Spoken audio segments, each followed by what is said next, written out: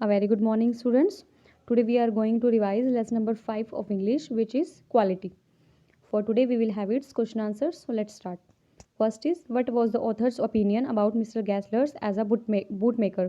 Author जो writer है story का, उसका क्या ओपिनियन है मिस्टर गैसलर के बारे में, उसके क्या विचार है as a boot maker.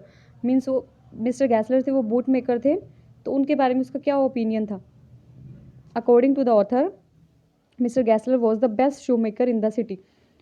Author के अकॉर्डिंग जो मिस्टर गैसलर है वो पूरी सिटी में सबसे बेस्ट शू मेकर हैं, सबसे अच्छे शूज़ बनाते हैं. He was a perfect artist who had the same skill, pride and respect for his trade as any other artist had.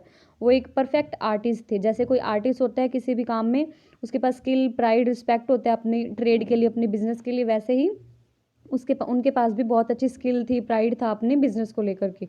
ये उसके ओपिनियन थे about Mister Gessler. Next is why did the author visit the shop so infrequently मतलब बहुत rare, बहुत कभी कभार. तो frequently होता है बार बार जाना, इसका अपोजिट है इनफ्रीक्वेंटली. तो ऑथर हैं वो, मिस्टर गैसलर की शॉप है, वो इनफ्रीक्वेंटली क्यों जाते थे, बहुत कम क्यों जाते थे अगर वो इतने अच्छे शूज़ बनाते थे तो. The shoes made by Mister Gessler used to last terribly longer than the usual. इसमें बताया है कि जो शूज़ मिस्टर गैसलर बनाते थे वो टेरिबली लॉन्गर, वो बहुत ज़्यादा लंबे टाइम तक चलते थे. लास्ट मीन्स चलते थे. देन द यूजुअल मतलब यूजुअल हम कोई शूज़ लेते हैं वो इतना नहीं चलते हैं जितने कि वो चलते थे उनके बनाए हुए shoes. Therefore he visited the shop so infrequently, इसीलिए वो उनकी शॉप है बहुत इनफ्रीक्वेंटली विजिट करते थे. Next is, what was the effect on Mister Gessler's of the author's remark about a certain pair of boots.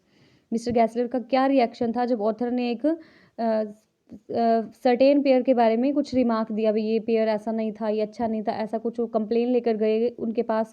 तो mister Gessler का क्या रिमार्क था, क्या बोले वो बदले में. When the author told Mr. Gessler about the creaking of the certain pair of boots, he got surprised. जब ऑथर ने मिस्टर गैसलर को बताया कि वो सर्टेन पेयर ऑफ जो बूट्स हैं वो लेकर गए थे, वो क्रीक मतलब क्रैक हो गए हैं, ही गोट सरप्राइज, वो बहुत हैरान हुए. And ask him to get the pair back, और उससे कहा कि वो पेयर आप मुझे वापस ला करके दीजिए. And if he could not do anything, अगर वो कुछ नहीं कर पाए उस पेयर के साथ, he would take them off from the author's bill, तो वो क्या है ऑथर्स के बिल के साथ उसको एडजस्ट कर लेंगे. मीन्स उसके वो पैसे नहीं लेंगे अगर वो उसको रिपेयर नहीं कर पाए. ये उनका रिमार्क था about the shoes. Next is, what was Mister Gessler's complain against big firms मतलब बिग फैक्ट्रीज. उनके बारे में, जो बिग फर्म्स होती हैं, बड़ी बड़ी ब्रांड होती है बड़ी, उनके बारे में मिस्टर गैसलर की क्या कंप्लेन है.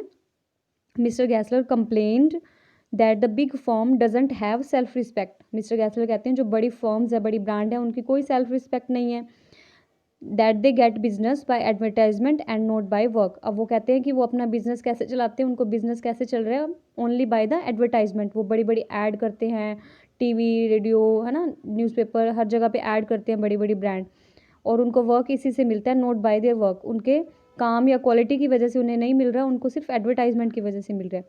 Due to them the workers like Mister Gessler were running without job, और उन्हीं की वजह से मिस्टर गैसलर जैसे अच्छे वर्कर हैं विदाउट जॉब, बिना काम के घूम रहे हैं. मतलब उनके पास कोई भी नहीं आता शूज़ लेने, और बड़ी फॉर्म्स, ब्रांड या एडवर्टाइजमेंट देखकर सभी उनके पास जाते हैं. Next is, why did the author order so many pairs of boot, did he really need them.